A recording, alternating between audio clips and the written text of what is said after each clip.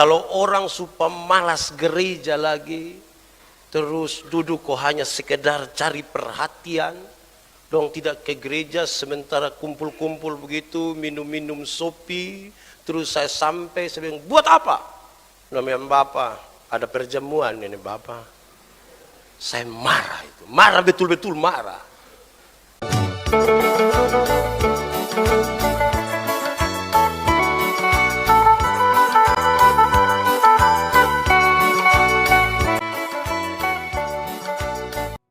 Bapak Ibu saudara-saudara yang dikasihi di dalam Tuhan Yesus, tema di bulan ini, dalam minggu-minggu sengsara ini, tema besarnya ialah Via Dolorosa.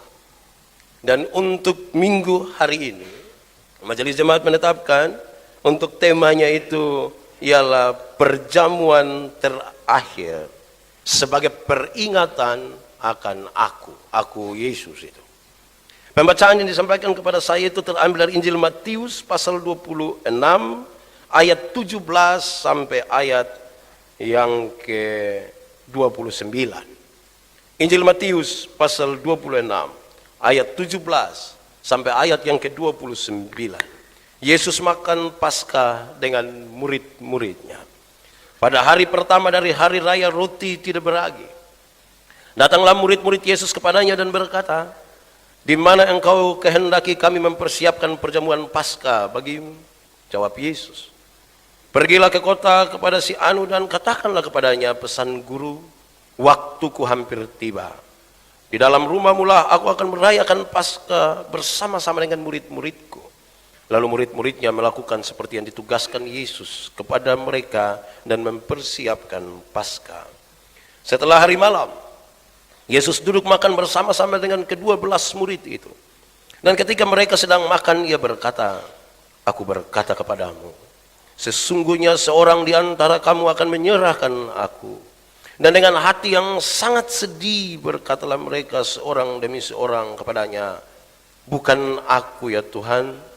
Ia menjawab, "Dia yang bersama-sama dengan aku mencelupkan tangannya ke dalam pinggan ini, dialah yang akan menyerahkan aku. Anak manusia memang akan pergi sesuai dengan apa yang tertulis tentang dia. Akan tetapi celakalah orang yang olehnya anak manusia itu diserahkan. Adalah lebih baik bagi orang itu sekiranya ia tidak dilahirkan." Yudas yang hendak menyerahkan dia itu menjawab, katanya, "Bukan aku ya Rabi." Kata Yesus kepadanya, "Engkau telah mengatakannya." Penetapan perjamuan malam. Dan ketika mereka sedang makan, Yesus mengambil roti, mengucap berkat, memecah-mecahkannya lalu memberikannya kepada murid-muridnya dan berkata, "Ambillah, makanlah, inilah tubuhku." Sesudah itu ia mengambil cawan, mengucap syukur, lalu memberikannya kepada mereka dan berkata, "Minumlah kamu semua dari cawan ini. Sebab inilah darahku, darah perjanjian yang ditumpahkan bagi banyak orang untuk pengampunan dosa. Akan tetapi aku berkata kepadamu, mulai dari sekarang aku tidak akan minum lagi hasil pokok anggur ini sampai hari aku meminumnya, yaitu yang baru bersama-sama dengan kamu dalam kerajaan Bapakku." Demikian firman Tuhan. Berbahagia setiap orang yang mendengar firman, memelihara dan melakukan dalam hidupnya setiap hari. Salam. Sekali lagi, salam. Bapak Ibu saudara-saudara, waktu masih jadi pendeta jemaat, belum pindah ke kantor sinode, saya marah sekali kalau orang supaya malas gereja lagi, terus duduk kok hanya sekedar cari perhatian, dong tidak ke gereja sementara kumpul-kumpul begitu, minum-minum sopi, terus saya sampai, saya bilang, buat apa? Namanya Bapak, ada perjamuan ini Bapak. Saya marah itu, marah betul-betul marah. Kenapa saya marah? Perjamuan itu adalah sebuah refleksi yang sangat dalam sekali. Saya baca teks ini dan hampir saya merasa tidak nyaman karena begitu terasa bahwa ada satu orang manusia akan menyerahkan dirinya untuk pengampunan dosa kita. Refleksi itu yang sekarang mau dipakai untuk perayaan gereja-gereja, untuk memperingati tubuh dan darah Tuhan Yesus yang dipecahkan dan dihancurkan untuk pengampunan dosa kita. Itu refleksi paling dalam soal perjamuan kudus. Bukan hanya duduk kok cari perhatian, cari muka. Saya itu bodoh itu.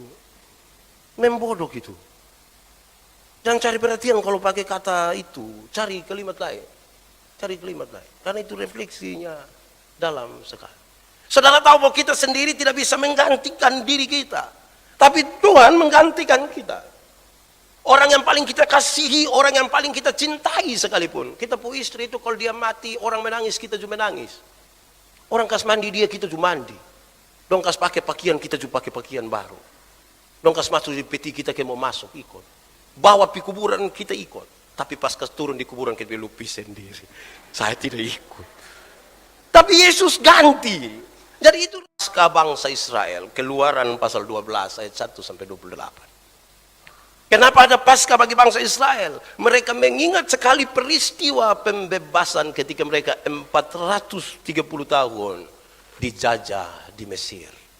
Jadi budak lama sekali, 430 tahun. Kalau dihitung satu generasi 70 tahun, maka kurang lebih ada 6 generasi mereka jadi jajahan di sana. Saya kira bahwa dalam waktu yang sedemikian lamanya, kerinduan terbesar dari bangsa itu ialah pembebasan. Karena itu kalau mereka merayakan perjamuan, sungguh-sungguh mereka merayakan Paskah, sungguh-sungguh mereka merayakan itu. Kenapa? Karena peristiwa pembebasan itu, dan mereka berjanji kami tidak akan pernah lagi pulang menjadi budak di sana. Tidak akan. Maka pada perayaan Paskah, berbondong-bondong orang-orang Yahudi dari berbagai-bagai penjuru dunia akan datang ke Yerusalem untuk merayakan Paskah itu. Berjuta-juta orang, karena mereka tahu ada sebuah peristiwa yang sangat serius bagi bangsa mereka berabad-abad lamanya, dan itu dikenang juga berabad-abad. Itu pertama. Yang kedua, kenapa perjamuan kudus itu dilakukan? Latar belakangnya bukan sekedar Paskah saja dari bangsa Israel, tetapi sekaligus sebuah perintah untuk melaksanakan hari raya dan ketetapan mengenai perayaan Paskah. Imamat pasal 23 ayat 5 dan 6. Perintah. Yang ini tidak boleh ikut, yang ini tidak boleh, yang ini lebih dibunuh sampai selesai dan seterusnya. Imamat pasal 23. Saudara-saudara, lalu kemudian kita kenal apa yang disebut dengan nama perjamuan kudus. Perjamuan kudus itu kemudian menjadi perintah untuk dilaksanakan oleh orang-orang yang mengaku percaya kepada Tuhan. Intinya ada pada kalimat. Dalam pembacaan tadi tertulis dengan sangat baik. Perbuatlah ini menjadi peringatan akan aku. Perbuatlah ini menjadi peringatan akan aku. Mari kita lihat sedikit dulu di dalam perjamuan itu. Saudara-saudara, dalam perjamuan kudus itu ada beberapa materi yang dipakai. Yang pertama, roti yang tidak beragi. Dalam perjamuan itu akan dipakai roti yang tidak beragi. Apa maksudnya roti yang tidak beragi? Saya mencatat bagi kita semua, roti yang tidak beragi adalah roti yang dipakai dalam perjamuan kudus, sebab orang-orang memandang ragi sebagai sebuah gejala kebusukan. Oleh karena itu, di dalam arti kiasan ragi ini sebagai gejala kebusukan, berarti ada pengaruh yang buruk atau keburukan dari kepercayaan kafir. Jadi kalau ada ragi, itu berarti ada pengaruh buruk.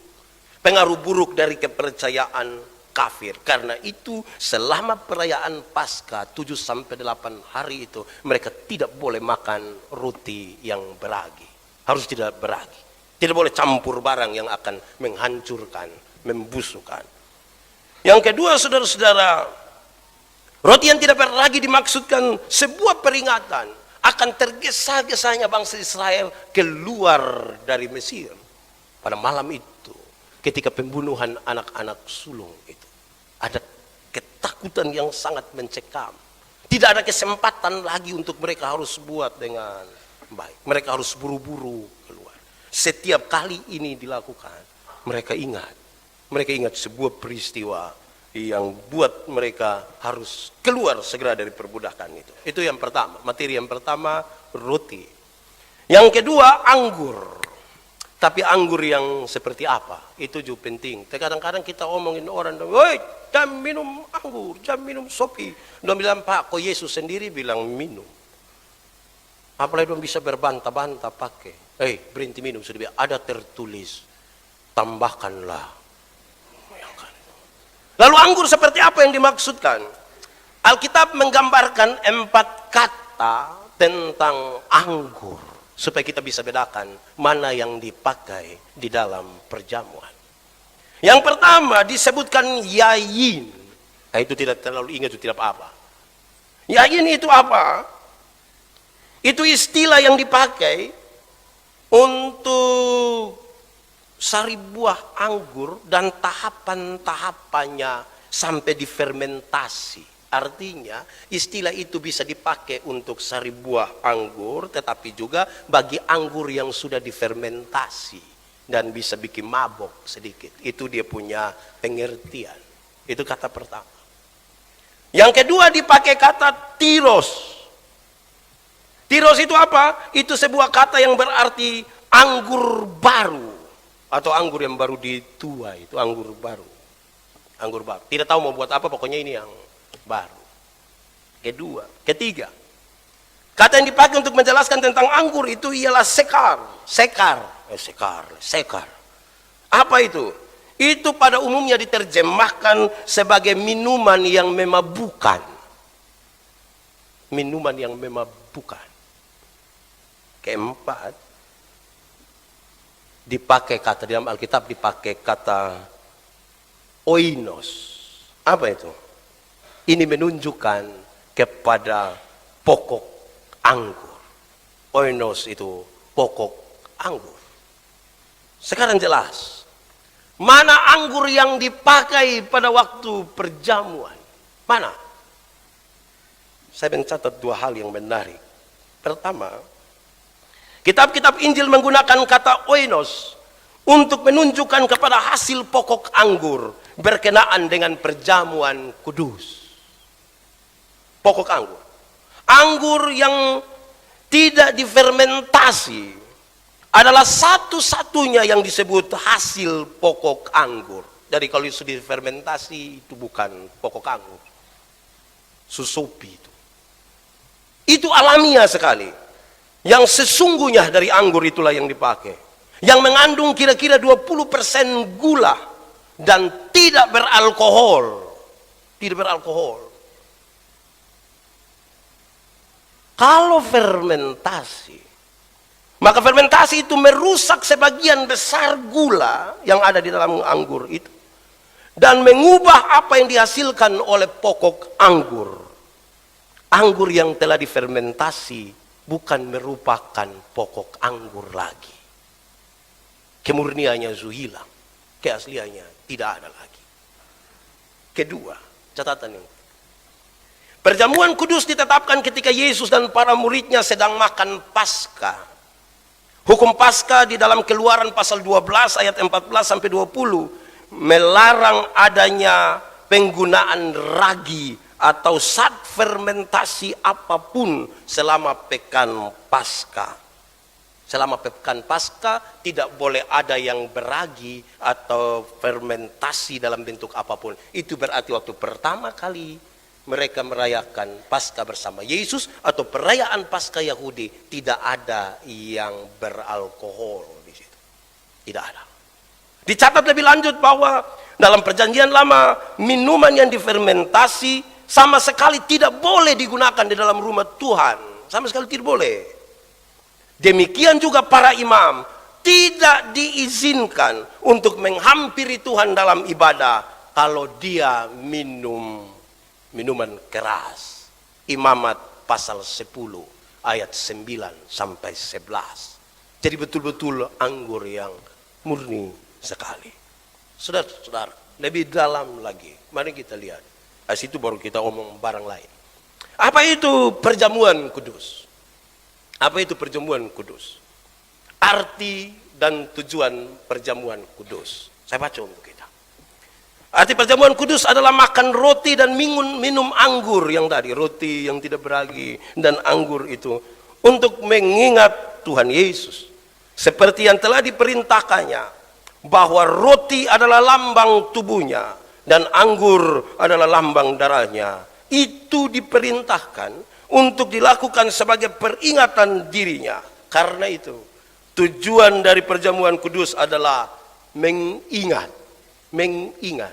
bahwa Yesus Kristus datang ke dunia, mati, dikuburkan, dan bangkit pada hari yang ketiga untuk menebus dosa manusia. Perbuatlah ini sebagai peringatan akan aku, supaya setiap kali kamu meminumnya, kamu memberitakan kematian Tuhan sampai dia datang kembali. Itu makna dan tujuannya. Bagaimana cara perjamuan kudus mereka?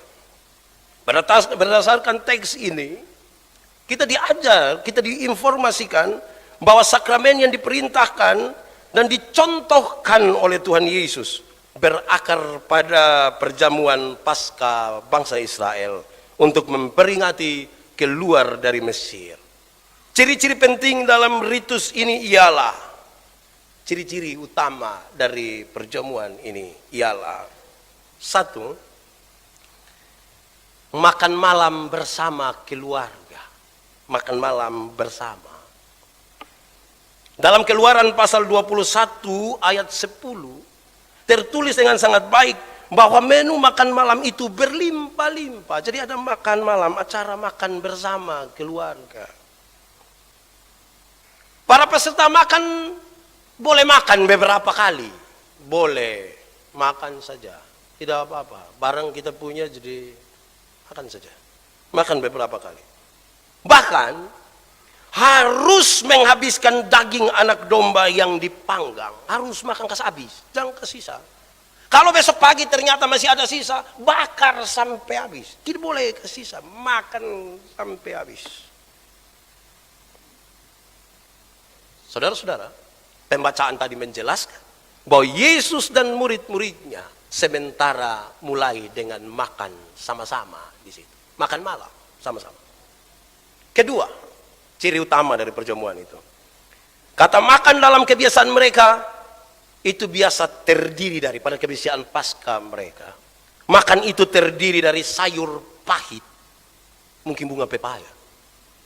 Pokoknya agak pahit-pahit sedikit.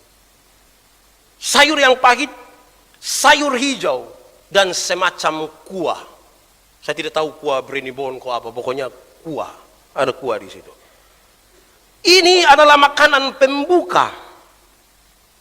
Ini makanan bersama, makan bersama, makanan pembuka yang ditutup dengan cawan pertama dalam perayaan Paskah Israel.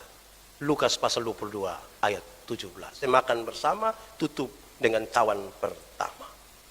Ciri yang ketiga, yang terakhir, perjamuan kudus itu, setelah makan keluarga itu, setelah makan semua kenyang-kenyang, mata suaga berat-berat sedikit itu, baru mereka masuk dalam makanan inti mereka, yaitu roti yang tidak beragi dan anggur yang murni itu.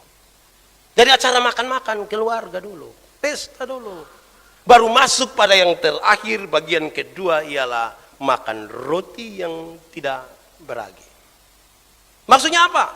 Sederhana, supaya kalau hari ini kamu makan dengan baik, kamu ingat dulu kamu budak di Mesir. Kamu hanya makan roti yang tidak beragi. Itu catatan tentang perjamuan kudus. Saudara-saudara, lalu catatan perjamuan kudus itu, apa yang harus kita lakukan? Nilai-nilai apa yang perlu kita ambil hari ini dalam kaitan dengan tema kita, perjamuan terakhir sebagai peringatan akan aku. Apa itu? Satu,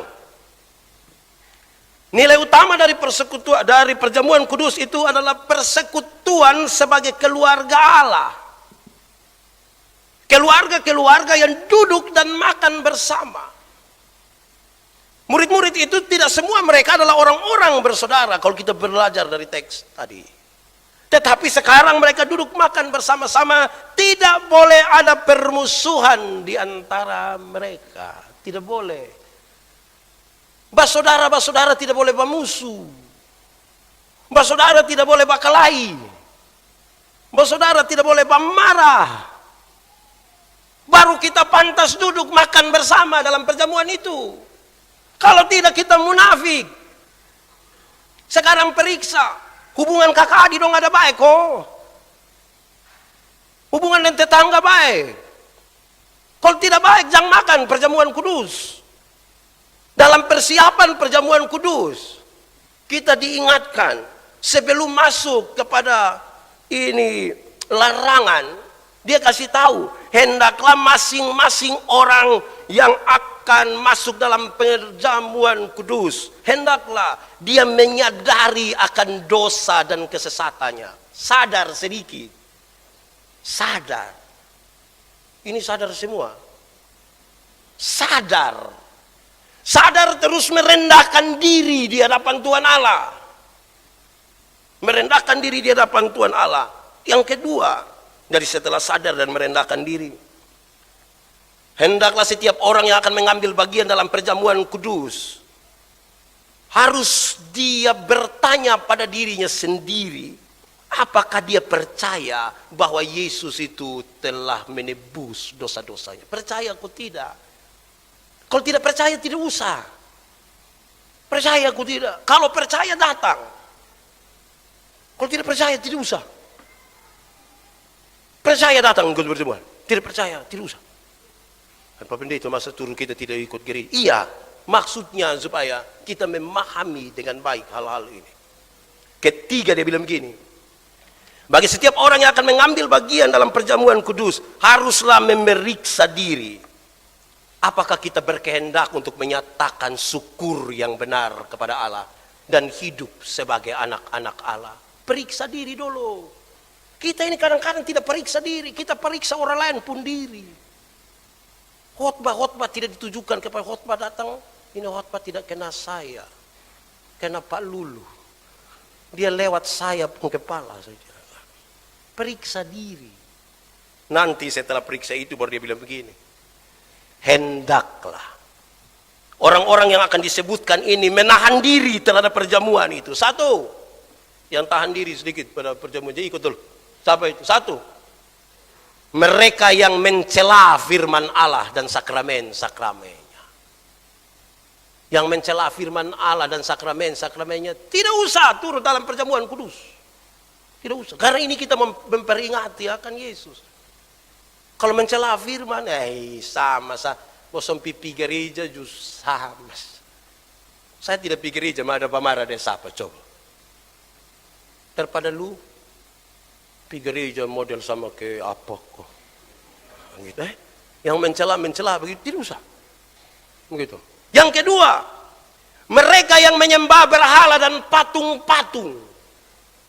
Yang menyembah berhala dan patung-patung tidak usah masuk dalam perjamuan kudus.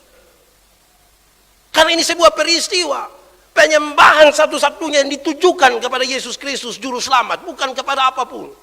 Dan yang masih merasa menyembah kepada berhala dan patung-patung tidak usah ambil bagian dalam perjamuan kudus. Tidak usah. Tahan diri. Bebaskan itu semua baru masuk dalam perjamuan kudus. Karena kita mau memperingati Yesus yang mati karena dosa-dosa. Ketiga, mereka yang memuja orang yang telah meninggal. Yang memuja orang yang telah meninggal. Yang biasa main jalangkung dong itu. Jangan datang. Yang masuk dalam perjamuan kudus. Kasih tahu angka dulu.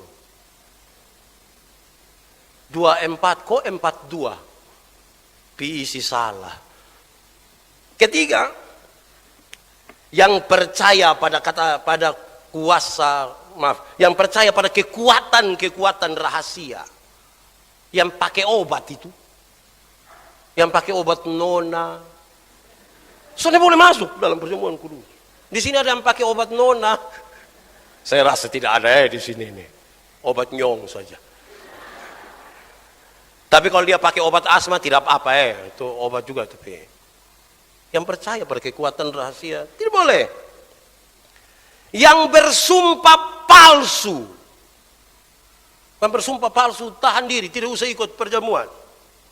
Yang bersumpah palsu, salah satu bentuk sumpah palsu itu yang datang kau bilang, ya saya percaya dan berjanji dengan segenap hati.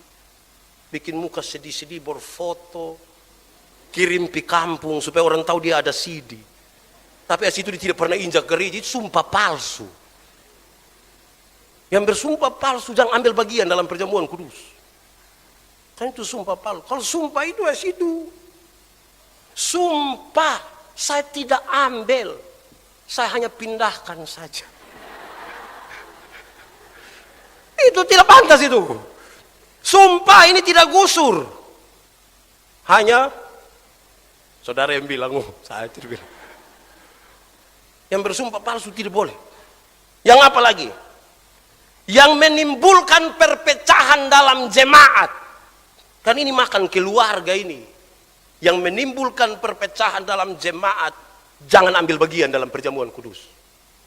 Yang hasut sana, hasut sini. Yang kalau dia bawa omong kita lihat dari jauh dia bilang, lu ada dengar koson deh. Itu tuh hasut itu.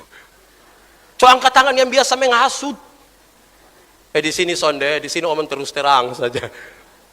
Itu tahan diri. Yang menimbulkan perpecahan dalam jemaat, jangan. Tahan diri. Karena perjemaat itu diibaratkan sebagai tubuh Kristus. Tubuh Kristus. Mata tidak lebih penting dari tangan. Kaki tidak lebih penting dari perut. Itu harus saya bilang kepada saudara, siapa yang malam-malam ketika di perut sakit, mau pergi belakang, terus kaki bilang perut. Lu jamara, lu pi sendiri saya. Tidak bisa. Mau pergi kita pergi semua. Jadi yang menimbulkan perpecahan dalam jemaat, merusak tubuh Kristus. Yang terakhir, mereka yang membenci sesamanya, yang benci sesama manusia, tidak boleh. Supaya hidup itu jangan benci orang. Kenapa tidak boleh benci orang? Berulang-ulang kali saya bilang begini, jangan marah, jangan dendam, jangan benci. Karena apa? Kemarahan dan kebencian itu tersimpan dalam dada orang bodoh. Hanya orang bodoh saja yang benci. Kenapa? Kalau pendeta ini benci sama Pak Lulu, yang rugi pendeta kok Pak Lulu. Pendeta yang rugi. Karena setiap kali lihat Pak Lulu pemuka, hati enak kok tidak. Setiap kali Pak Lulu bilang selom Pak Pendeta, saya puas hati enak kok tidak. Tidak. Setiap kali orang cerita tentang Pak Lulu pun kebaikan, saya puas hati enak kok tidak. Tidak enak. Kalau saya sayang sepundiri, saya harus berhenti membenci orang lain. Berhenti. Kalau sayang diri, berhenti. Saya mau tanya kita dulu. Ada orang yang kita tidak suka kok. Ada. Dia ada di dalam ruangan kok tidak.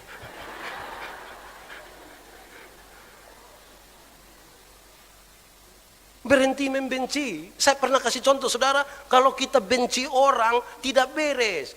Ada makanan enak-enak di situ, kepingin makan karena sulapar, lihat dia pewarna sebuahin makanan pasti enak, terus basa-basi kita bilang, aduh, siapa yang masak nih kepo enak lain. Terus dia jawab, itu Aceh yang Luson suka tuh. Tuh nafsu makan hilang memang Bapak. Merusak diri. Kita nih orang Sumati juga benci tetap, persetan kok dia mati, persetan. Hai, tolong sayang diri itu, buang kebencian. Ya saudara, nilai pertama dari persekutuan itu supaya kita terus akan mengingat akan Kristus adalah persekutuan sebagai keluarga Allah. Hidup tidak boleh bermusuhan. Orang Timur itu menyebut sesama manusia dengan satu ungkapan yang bagus sekali. Aokbian. Aokbian itu artinya badan sebelah. Dia tidak bisa hidup tanpa badan sebelah. Kecuali kalau stroke. Tanpa badan sebelah. Siapa yang di sini ke kiri kanan dan kiri. Itu tidak boleh dipisahkan. Siapa yang datang gereja dia hanya datang badan kanan. Dia bilang kiri, lu tunggu di rumah biar saya kanan, saya yang pi. Itu bagaimana itu? Jangan membenci sesama, tidak boleh. Supaya kita bisa memberi makna yang baik bagi perayaan perjamuan kudus kita. Kedua, nilai yang perlu kita ambil dan kita catat dalam perjalanan perjamuan kudus kita ialah, ingat bahwa dahulu kamu adalah budak di Mesir. Dahulu kamu adalah budak dosa. Dan sekarang kamu dilepaskan, kamu dibebaskan. Dalam pembebasan itu kita layak duduk satu hidangan dengan Tuhan. Dalam perjamuan itu kita bebas. Dalam kebebasan oleh karena penebusan itu, kita sekarang percaya kita pasti masuk surga. Di tahun berapa? 1987. Sekarang tahun berapa? 2017. Yakin masuk surga? Tahu lah ini. Soal itu. Kita tidak memberi makna tentang pengorbanan Kristus. Sekarang kamu dibebaskan. Saya suka lagu dulu. Sekarang saya sudah bebas. Sekarang saya sudah bebas. Apalagi? Pokoknya saya telah bebas oleh darahnya Tuhan Yesus. Kita dibebaskan. Itu nilai kedua. Yang ketiga, nilai yang perlu kita pakai adalah perjamuan kudus itu dilakukan atau harus diingatkan terus menerus.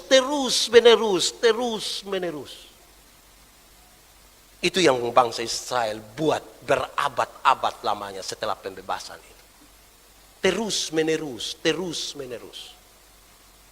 Kenapa? Karena manusia ini cenderung lupa, cepat lupa. Apalagi kalau yang bapak-bapak.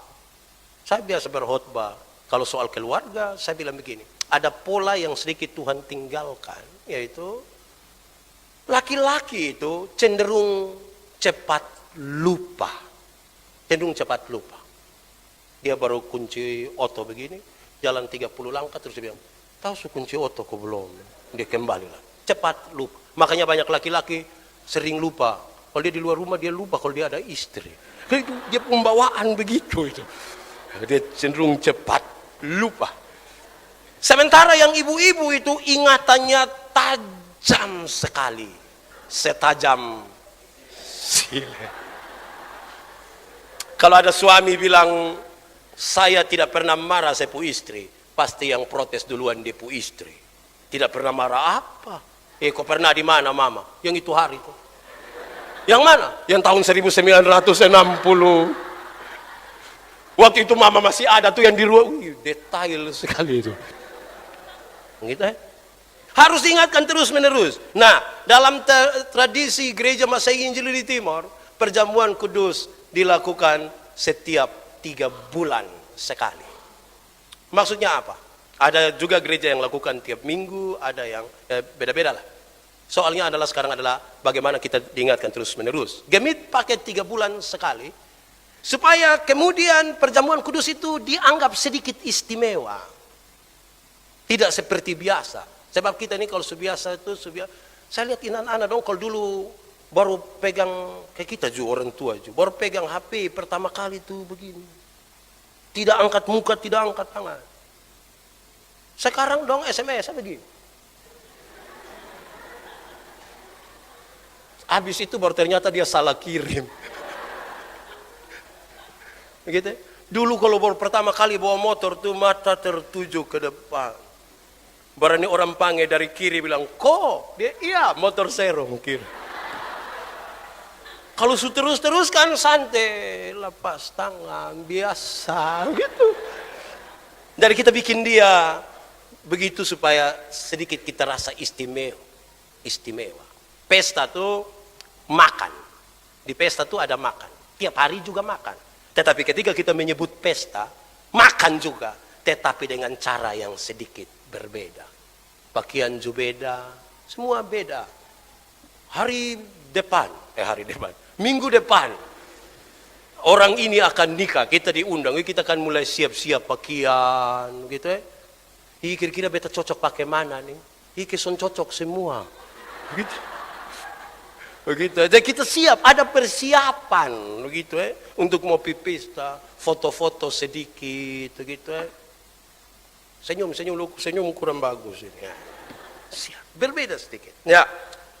Saudara-saudara, karena dia istimewa dan pasti dia punya cerita, maka setiap orang kemudian diharapkan dapat menjadi saksi. Oh, dia datang merenungkan ini kematian dan kebangkitan Tuhan Yesus. Pulang dia cerita dia pu istri, ma tidak pima rugi.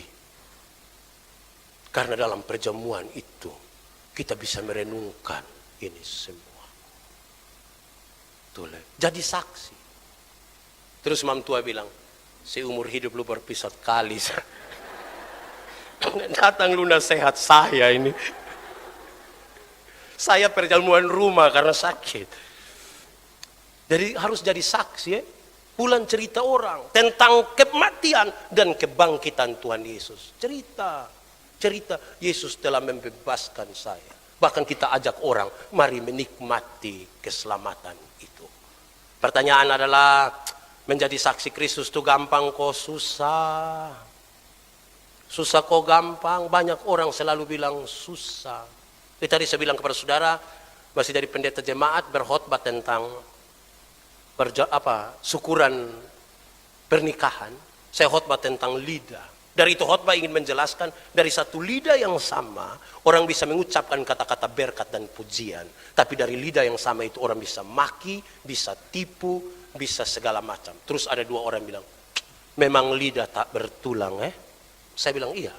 2 menit lagi dia bilang, memang lidah tak bertulang Saya bilang iya. 2 menit lagi dia bilang, memang lidah tak bertulang Lama-lama itu ibadah sama kedeng tema, memang lidah tak bertulang.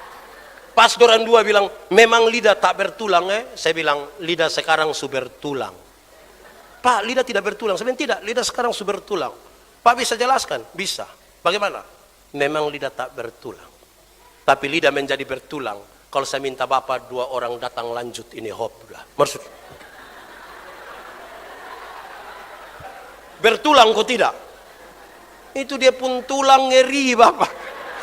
Lidah yang tadinya tidak bertulang, sekarang dia pun tulang sekitar 60 atau 70 tulang. Padahal menjadi saksi itu cukup Anda melihat, mengalami, merasakan, kemudian dengan entengnya menceritakan. Melihat, mengalami, merasakan. Saya pernah bilang kepada saudara, ada satu kecelakaan, terus ini masalah dibawa ke pengadilan, ada 2 orang saksi dihadirkan. Yang satu seorang profesor hukum. Hakim bilang, coba Bapak cerita. Dia bilang, ini mobil lari kencang ini. Sehingga tanda-tanda ini menjelaskan bahwa ini orang lari kencang. Ada nenek satu juga dihadirkan. Nenek, coba cerita. Nenek bilang tidak. Mobil lari pelan. Tapi ini anak 2 sengaja menggila, sudah lompat ke situ, otot tabrak, mati. Sudah 2 yang beda ini. Hakim tanya, Pak Profesor, apakah hari itu Pak ada waktu kejadian? Dia bilang, tidak. Pas habis baru saya sampai. Tapi lihat dia punya keadaan, saya tahu bahwa ini lari kencang. Terus tanya nenek hadir, ada di situ waktu itu. Nenek, kok saya yang angkat ini korban saya di sini? Mana yang bisa dipercaya? Nah, kenapa? Karena melihat, mengalami, merasakan, baru kemudian dia mengangkat. Dia tidak dengar dari orang lain, dia alami. Kasih Tuhan itu harus dialami masing-masing pribadi. Perjumpaan yang berbeda itu membuat Tuhan itu dahsyat, karena kita bercerita berbeda-beda. Cara Tuhan berjumpa dengan pendeta, beda Tuhan berjumpa seorang pengusaha, beda Tuhan berjumpa seorang ibu rumah tangga, beda berjumpa seorang pemuda.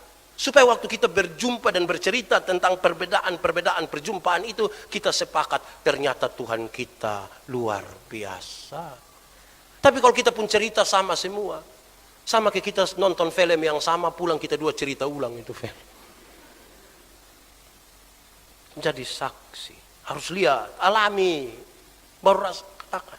Tadi saya bilang, saya melayani di Sabu, satu saat mau bawa jemaat pemuda di Pulau Dana, pulau bagian selatan yang tidak ada penghuni. Kami tidak jadi pi juga. Tapi sejumlah nelayan datang yang, Bapak, di Pulau Danan tuh Bapak kita tidur di pinggir pantai, sadar di tengah laut. Hampir saya bilang, jadi saya harus bilang, wow. Saya lihat dia terlalu serius. Bapak, kita tidur di pinggir pantai, sadar di tengah laut. Kok? Iya. Lu pernah pi? Tidak. Bagaimana orang bisa percaya pada kesaksian kita kalau kita sendiri tidak pernah alami, kalau kita tidak pernah rasakan itu. Berikut, nilai yang perlu kita ambil dan kita pakai. Perjamuan kudus dilakukan oleh orang yang telah mengaku percaya dengan mulutnya di hadapan Tuhan Allah dan jemaatnya. Perjamuan kudus diikuti oleh orang yang mengaku dengan mulutnya Yesus Kristus adalah Tuhan. Mereka ada dalam perjamuan kudus itu. Bagaimana sekarang mengaku? Butuh belajar dalam perjumpaan dengan Tuhan. Kalau saya pakai sekarang untuk proses bergereja kita, saya ingin bilang kepada saudara, karena itu hai remaja-remaja, pemuda-pemuda, katekesasi itu penting. Supaya situ mengaku. Kita ini kadang-kadang tidak mau katekesasi. Pak, sepupu anak ini yang di Bandung nanti datang hari Paskah ini. Kasih di dia Pak. Itu anak talau pintar Pak, talalu. Tuh yang dia pun dosen dan belum tahu semua dia sudah tahu. Saya heran dia pergi sekolah untuk apa lagi? Sudah tahu dia tolong, tapi tidak. Katekesasi. Kita ini kadang-kadang mau bikin semua jadi gampang-gampang saja. Tidak boleh. Ikut proses. Kadang-kadang orang bangga sekali. Itu hari saya sidi, saya baptis dan nikah di satu hari. Bangga nah. Jangan bangga. Kalau baptis sidi dan nikah di satu hari jangan bangga. Kadang-kadang saya bilang, kenapa tidak tambah dengan pemakaman? Supaya baptis, sidi, nikah dan pemakaman langsung. Jangan bangga, berproses. Nanti kita menemukan banyak sekali situ begitu. Penting itu katekesasi. Berikut, nilai yang perlu kita ambil adalah melakukan perjamuan kudus adalah perintah Tuhan Yesus. Jadikanlah ini sebagai peringatan akan aku. Bapak Mama, tolong Jumat Agung itu ada perjamuan kudus. Itu perintah Tuhan Yesus. Datang ku ikut. Setengah sedikit itu itu. Datang ikut perjamuan. Itu perintah Tuhan. Barang siapa tahu bahwa ini benar tapi dia tidak melakukannya, dia berdosa. Mari kita kumpul sama-sama. Hidup sama-sama. Kenapa tidak? Sama-sama tuh enak. Lihat satu kita bisa jadi bahan. Lihat satu jadi bahan. Hidup sama-sama. Baik itu. Perintah Tuhan. Saudara, dalam kebersamaan itu kita membangun hidup. Tadi malam saya KKR di Semau. Saya pulang jam kira-kira 10:30 malam. Di atas perahu kecil itu saya dengan itu bab tua yang punya perahu. Sugelap lagi di tengah laut lagi. Saudara bisa bayangkan. Kalau digelap lagi dan di tengah laut baru hanya ada kita dua. Tidak mungkin kan saya bilang dunia ini hanya milik kita berdua. Tidak mungkin itu, tidak mungkin. Itu saya belok jauh sekali itu. Lalu apa yang harus dilakukan? Saya ajak dia bercerita. Kami dua bercerita lewat itu kegelapan. Walaupun kadang-kadang ketika gelombang besar saya bilang, Bapak. Dia bilang, tidak apa-apa Pak Pendeta. Tapi iya Bapak tidak apa-apa saya ini.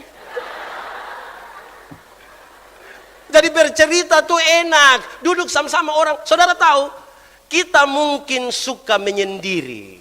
Kalimat ini penting. Kita mungkin suka menyendiri. Tapi saudara tidak bisa sendiri tanpa orang lain. Anda mungkin suka menyendiri. Jangan ganggu. Saya ada gondok. Mungkin itu. Tapi saudara tidak bisa sendiri tanpa orang lain. Ibu-ibu dong kalau marah tuh lu berangkat, lu pi sudah. Pas kita jalan dia bilang, lu jalan. Gitu nulis. Ya, Anda mungkin mau menyendiri, tapi belum tentu suka hidup sendiri. Tidak bisa. Saya khotbah bagi ini anak muda dong, saya bilang, ini pemuda dong, ini pun cara pacaran saya pusing dan orang. Dong naik itu trail yang KLX itu. Dong putar agak jauh sedikit, takut polisi son pakai helm. Dong putar ikut jalur 40. Sampai sana setengah malam. Dong dua bakalai sedikit di atas motor. Yang laki-laki kasih berhenti motor. Terus dia bilang, lu turun.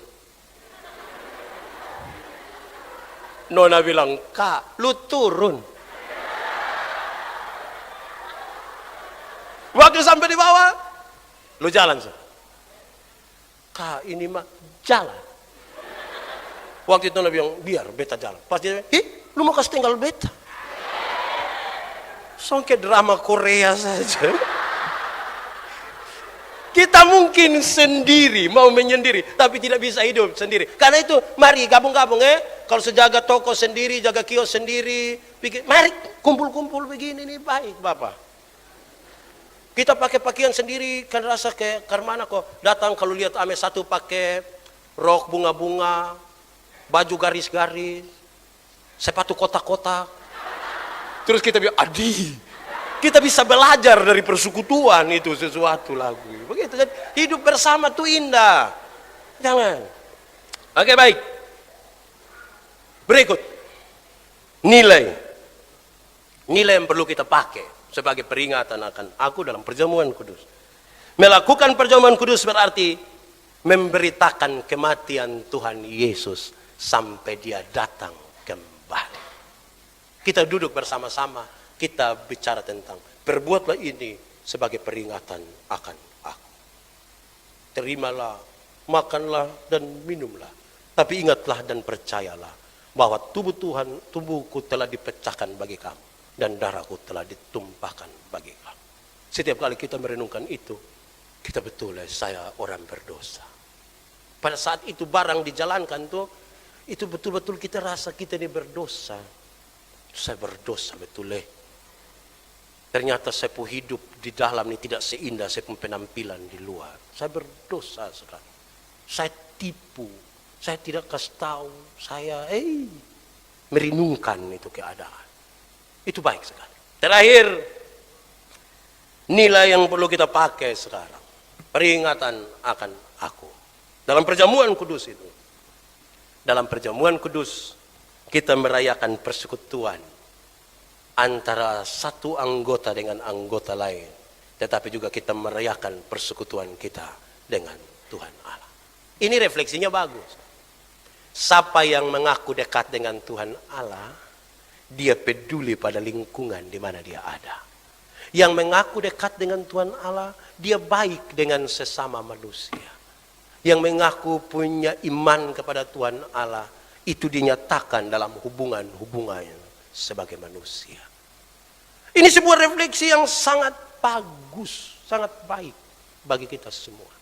Sehingga berdasarkan itu, saudara-saudara, harusnya kita tidak seperti orang-orang yang tidak mengenal Tuhan Allah. Kita ada karena pengenalan yang benar akan Tuhan.